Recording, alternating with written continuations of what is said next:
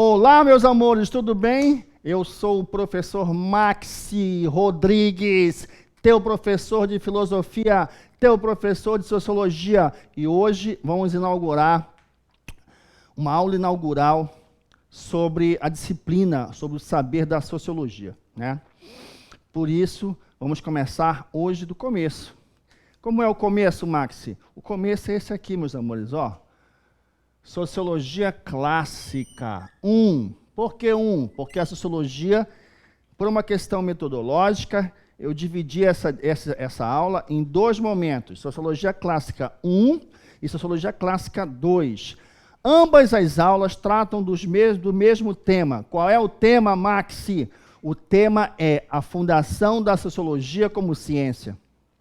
Quando a gente fala em clássico, entenda clássico como fundadores. Entendeu? Por exemplo, música clássica, Beethoven, Mozart, Bach, Carlos Gomes, Cláudio Santoro, né? Economia clássica, Adam Smith, David Ricardo, né? Clássicos da química, os alquimistas, né? E assim vai. Clássicos da sociologia, nós temos 4, né? Nós temos Comte, nós temos Durkheim, nós temos Max Weber e nós temos Karl Marx. Hoje, a aula de hoje é uma aula inaugural da disciplina Sociologia. Vamos tratar desses 2 teóricos, Augusto Comte e Émile Durkheim.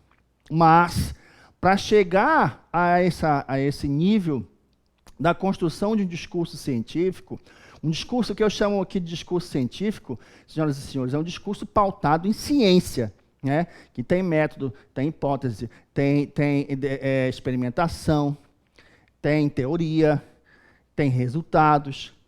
Então, para chegar a esse nível de acabamento, tem um contexto, não foi casual. Qual foi o contexto do surgimento, que deu condições para o surgimento do discurso da sociologia? Bem, a sociologia é uma ciência que nasce na modernidade. É uma ciência que nasce no período justamente das contradições que o mundo moderno trouxe. O mundo moderno é um mundo urbano, é um mundo do surgimento das grandes cidades, das grandes metrópoles, né? das grandes perspectivas de mundo urbano e suas contradições. Então, querendo ou não, a sociologia ela é filha da Revolução Industrial, ela é filha da Revolução Francesa, né? A Revolução Francesa é importante, por quê, Marx? Porque ela traz, querendo ou não, trouxe o tema da liberdade não mais como uma bandeira, não mais como uma utopia, não mais como um exercício vocabular, não mais como um exercício retórico. A Revolução Francesa trouxe a liberdade como uma prática, como uma conquista da vida do homem moderno. E a Revolução Industrial trouxe, querendo ou não, uma nova divisão social do trabalho. Querendo ou não, trouxe as relações econômicas e políticas para os centros urbanos e a construção das metrópoles. E suas contradições. A sociologia nasce justamente nesse novo cenário do homem da modernidade e suas contradições. Então, é importante ter claro isso, tá? Que não foi gratuito, não. Surgiu uma nova forma de vida, que é o mundo da modernidade, que é o mundo industrial, que é o mundo urbano, que é o mundo fundado nas metrópoles e suas contradições. Essa nova forma de vida, ela tem como fundamento, essas 2 revoluções são importantes para a gente ter como referência, né? Repito, a Revolução Francesa e a Revolução Industrial. Ponto. Tá? Então, isso marca um contexto para o surgimento da sociologia. E agora, como é que faz? Bem, nós temos como teóricos, fundadores da sociologia, clássico da sociologia, o primeiro, chamado Augusto Comte. Augusto Comte. Tá? O senhor Augusto Comte. Ele era filósofo, né? Não era sociólogo, era um filósofo, que construiu uma teoria chamada de positivismo. Tá? A sua teoria chama-se de positivismo. Eis o nome da teoria do senhor Augusto Comte. Numa obra chamada Curso de Filosofia Positiva. Presta atenção nesse nome, tá? Curso de Filosofia Positiva é o nome da obra do senhor Augusto Comte, a principal obra que trata e que dá as condições para o surgimento da ciência. O Augusto Comte é um filósofo do progresso, porque, querendo ou não, a modernidade ela tem como emblema o progresso. Se nós dermos alguns passos anteriores na história do conhecimento, nós vamos encontrar um cara chamado Charles Darwin, que vai propor que as espécies vivas elas precisam passar por um processo de evolução, que as espécies vivas precisam se adaptar nas mudanças naturais que o tempo e o espaço produzem. E as espécies que conseguirem se adaptar a essas mudanças, essas são mais evoluídas do que as outras. Então, o Darwin propõe a evolução. O Augusto Comte é o filósofo do progresso. Para ele, as sociedades só tem um caminho, o progresso. Não tem meio termo, não. Né? Então, inclusive, essa filosofia foi tão importante, por exemplo, no Brasil do século XIX, o lema Ordem e Progresso, que você encontra na bandeira, estampado no centro da bandeira do Brasil, é um lema exclusivamente positivista. Né? O senhor Augusto Comte propõe que a humanidade passou por pelo menos 3 estágios, né? O metafísico, o filosófico e o positivo. O metafísico pode-se dizer que é o discurso do mito, né? Ainda a perspectiva fantástica, poética do mito. O filosófico é o surgimento da filosofia da mentalidade racional. E o positivo é a imposição que a ciência se construiu como ferramenta, como bengala, como parâmetro de vida do homem. Né? Então, esses são os 3 estágios de evolução da humanidade, 3 estágios de progresso da humanidade. O Augusto Comte é interessantíssimo, porque nesta obra, Curso de Filosofia Positiva, ele vai chamar a atenção a dizer o seguinte, olha, as ciências, por exemplo, da natureza, quais são essas ciências da natureza que ele chama a atenção? A biologia, a química, a física, as ciências da natureza, elas têm rigor, elas têm princípios, elas têm métodos, elas têm experimentações, elas têm resultados, elas já estão instituídas. O mundo precisa dessas ciências. Mas o mesmo Augusto Comte diz o seguinte, mas é preciso agora uma ciência da sociedade. Ele chama, melhor dizendo, ele chama física da sociedade. Uma física da sociedade. Ele chama atenção para a necessidade da construção de uma sociologia, né? De uma ciência da sociedade. Ele pode, inclusive, ser chamado de pai da sociologia, porque, inclusive, esse conceito, sociologia, né? Logia, estudo, sócio, sociedade, um estudo da sociedade, né? Leitura da sociedade, né? Pesquisa da sociedade, conhecimento da sociedade, foi ele que cunhou. Ele construiu esse conceito. Então, querendo ou não, o Comte foi fundamental porque ele abre o espaço entre os conhecimentos para a necessidade de uma ciência chamada sociologia, de um estudo sobre a sociedade. Mais ainda, ele vai dizer que a sociologia é a ciência das ciências.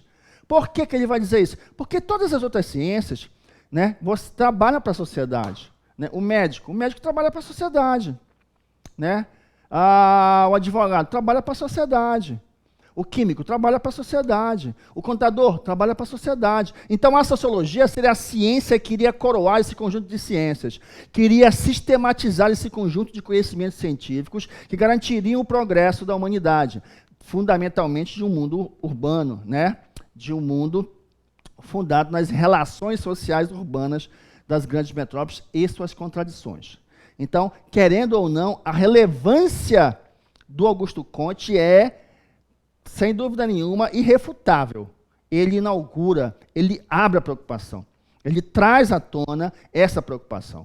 Isso é muito importante. Tá bom? Segundo elemento, segundo teórico da sociologia, o nome dele chama-se Émile Durkheim. Émile Durkheim. Deixa eu ver um pincel aqui. Émile Durkheim. Esse aqui, ó. Tá? Francês. O Comte, ele é filósofo. Esse aqui se propõe a ser sociólogo, né? Ele vai para o Collège de France, cria a disciplina sociologia, cria inclusive um jornal né? Direcionado para os estudos da sociologia. Querendo ou não, o Durkheim é muito influenciado pela filosofia positivista do Comte.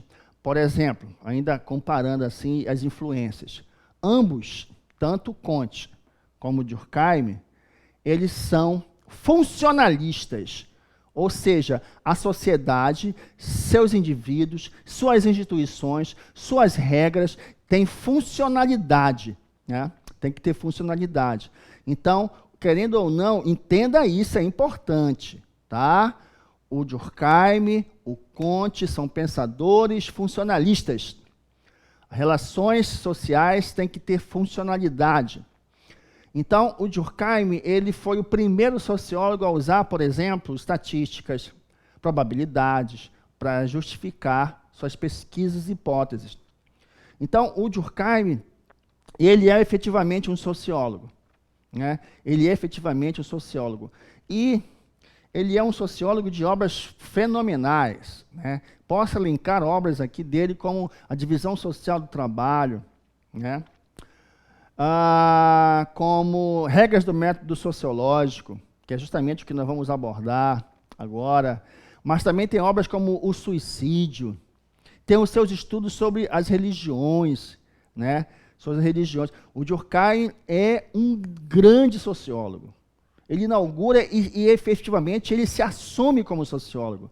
Ele assume essa posição da ciência da sociedade. Ele assume essa posição como ator da ciência da sociedade.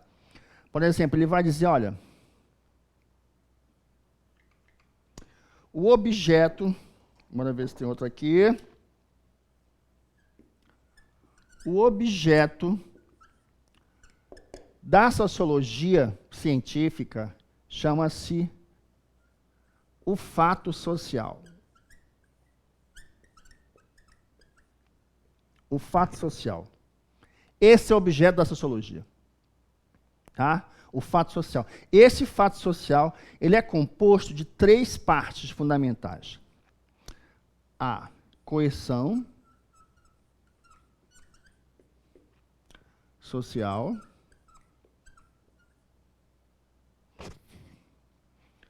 B, exteriores aos indivíduos,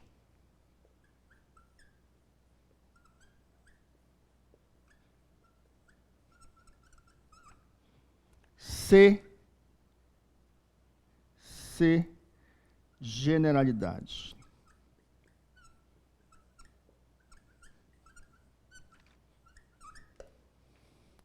Essas são as 3 partes que compõem o objeto da sociologia científica que ele chamou de fato social. 1, coesão social. 2, exteriores dos indivíduos. E 3, generalidades. Para ele, é assim que funciona. E como é que é isso? Como é que é esse objeto? É assim, queridos. A palavra coesão quer dizer imposição. Então, quando você nasce numa sociedade que já tem regras pré-estabelecidas. Presta atenção, cabeção. A sociedade não vai negociar com o indivíduo. Max, tu aceita essa regra? Max, vamos negociar essa regra? Max, o que tu acha? Qual é a tua sugestão sobre essa regra social? Não. A sociedade vai impor. Max, tu vai ter que cumprir a regra. Independente que eu queira ou que eu não queira. E é para todos os indivíduos, ou pelo menos para a maioria deles. Por exemplo, nós aqui da região amazônica, né? Você é um índio Saterê Maué. Os índios Saterê Maué, os meninos, têm que passar pelo ritual da tucandeira, que é um ritual de passagem do mundo das crianças para o mundo dos adultos. Obrigatoriamente, a etnia Saterê Maué, os meninos passam por esse ritual. Não é que é escolhido, eu vou, tu não vai, tu aceita. Não. É imposto aos indivíduos, homens, rapazes, Saterê Maués, que participem do ritual da tucandeira, independente que ele queira ou que eu não queira, não interessa se o nome dele é Max, se é Antônio, se é Isimar, se é Altemir, não interessa, vai ter que participar. E é para todos os indivíduos, ou pelo menos para a maioria deles. Você pode até fugir, mas não pode voltar mais, entendeu? Então é assim que funciona. A sociedade tem regras que têm que ser cumpridas. Por exemplo, nasceu numa família cristã católica, por exemplo. Então vai ter que participar do ritual, vai ter o batismo, vai ter a primeira comunhão, vai ter a crisma, né? Então todas as graduações da construção dessa relação institucional com a tradição cristã católica, certo? Ah, Max, mas eu moro lá no bairro que eu moro, tem um rapaz que faz parte da família dele, toda é católica, mas ele nunca foi nem batizado. Não importa, presta atenção. Na teoria do fato social, o que interessa é como controlar a maioria da sociedade. Não interessa a minoria. Interessa como controlar a maioria da sociedade. Por quê? Porque o centro da teoria sociológica do Durkheim, é que toda a sociedade ela tenha coesão. Coesão. Toda a sociedade, deixa o professor escrever aqui um pouco melhor para você, meu querido, tenha coesão. Eu tenho uma inveja da minha caligrafia. Coesão. Toda a sociedade precisa ter coesão. Uma sociedade que não tem coesão é um problema. Então ele vai dizer assim, como é que a sociedade se organiza, Max? Ele vai dizer, olha, ele se organiza de duas formas, tá? Presta atenção, cabeção, duas formas. Mas todas as duas estão vinculadas a um conceito. A um conceito chamado-se solidariedade. Solidariedade de Durkheim não é altruísmo, não é ajudar o próximo. Não, não tem nada a ver com isso. Solidariedade, na verdade, são as formas de organizações que as sociedades têm. Então ele vai dizer, olha, existem dois tipos de solidariedade, a mecânica e a orgânica.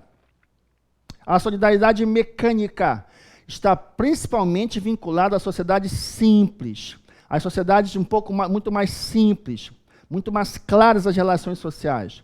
Então vamos tomar como exemplo, por exemplo, uma sociedade indígena, onde o papel social do cacique está definido, o papel social do xamã está definido, o papel social da mulher está definido, o papel social da criança está definido. Quem vai ser o próximo cacique? Provavelmente o filho do cacique. Quem vai ser o próximo xamã? Provavelmente o filho do xamã. Então, as relações sociais numa etnia como essa são simples e diretas. Ele vai dizer, esse tipo de sociedade se organiza na forma de organização social mecânica.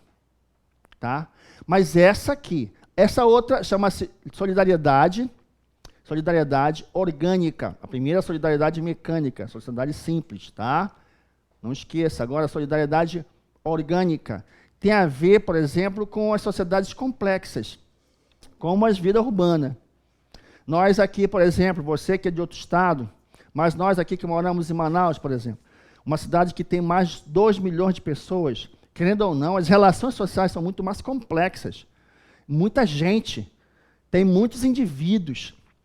É quando ele chama a atenção de que na solidariedade orgânica, as sociedades, os indivíduos da sociedade, é preciso que essas sociedades, que são regidas pela solidariedade orgânica, seja gerada um tipo de consciência coletiva. É fantástico isso no Durkheim. Consciência coletiva, onde os indivíduos, lembra que eu falei logo no início da aula, que o Durkheim e o Kant são funcionalistas? Exatamente, vamos agora. Onde os indivíduos têm funções sociais a serem cumpridas. Todo mundo tem função social a ser cumprida. Na verdade, na sociedade do Durkheim, proposta pela teoria sociológica do Durkheim, todo mundo precisa de todo mundo. Até do teu inimigo você precisa. Estou logo te falando. Então, por exemplo, uma sociedade não pode só ter médicos. A sociedade também precisa ter doentes. Uma sociedade não pode ter só professores. A sociedade também precisa ter alunos. Uma sociedade também não pode ter só policiais, não pode ser só engenheiros, não pode ter apenas arquitetos, não pode ter apenas donos de curso. A sociedade precisa de todos, do encanador, precisa dos entupidores de fossas, entendeu? Então precisa de todo mundo. É essa a questão. Para o Durkheim, nas sociedades que vivem fundadas na solidariedade orgânica, ou seja, sociedades complexas e urbanas como a nossa, eu uso exemplo a nossa aqui em Manaus. Você pode usar como exemplo a sua da sua cidade, né? Você que mora numa grande capital, né? Uma cidade, um centro urbano. Então, assim, todos os indivíduos têm funções a cumprir. Todos têm função a cumprir. E quando, por exemplo, começa um determinado segmento, não corresponde à sua função, tem um problema sério aí, né? Temos um problema a ser resolvido, né? Que é preciso que essas sociedades, que esses indivíduos cumpram as suas finalidades. Cumpram a sua finalidade. Imagina, por exemplo, plena pandemia, os médicos fazerem greve. Eles fazem greve, não vão trabalhar, médicos e enfermeiros. Imagina que nós íamos passar, se agora nós estamos passando, né, por dificuldades com essa peste que veio atacar o nosso planeta, uma peste gerada no planeta, que vem atacando todos nós, uma pandemia. Imagine, por exemplo, uma sociedade em que os médicos fazem greve, em pleno pico, por exemplo, de contaminação, de infecção da Covid. Como é que seria? Nós iríamos ter uma tragédia generalizada, né? Uma tragédia generalizada. Então, é preciso que os indivíduos tenham consciência das suas funções. Então, querendo ou não, o Durkheim, ele é aquele que estabelece uma sociologia, efetivamente. O Comte chama atenção para o surgimento da sociologia. O Durkheim estabelece o surgimento da sociologia, estabelece a ciência da sociedade. Então, senhoras e senhores, prestem atenção, meus amores, nós introduzimos a disciplina de sociologia com esses dois fantásticos clássicos da sociologia. Tá? Espero vocês que mantenham o distanciamento social, use álcool em gel, use a sua máscara. Logo seremos vacinados e teremos a nossa vida novamente na nossa posse. Essa é a nossa sincera esperança. Muito obrigado por tudo e até a próxima.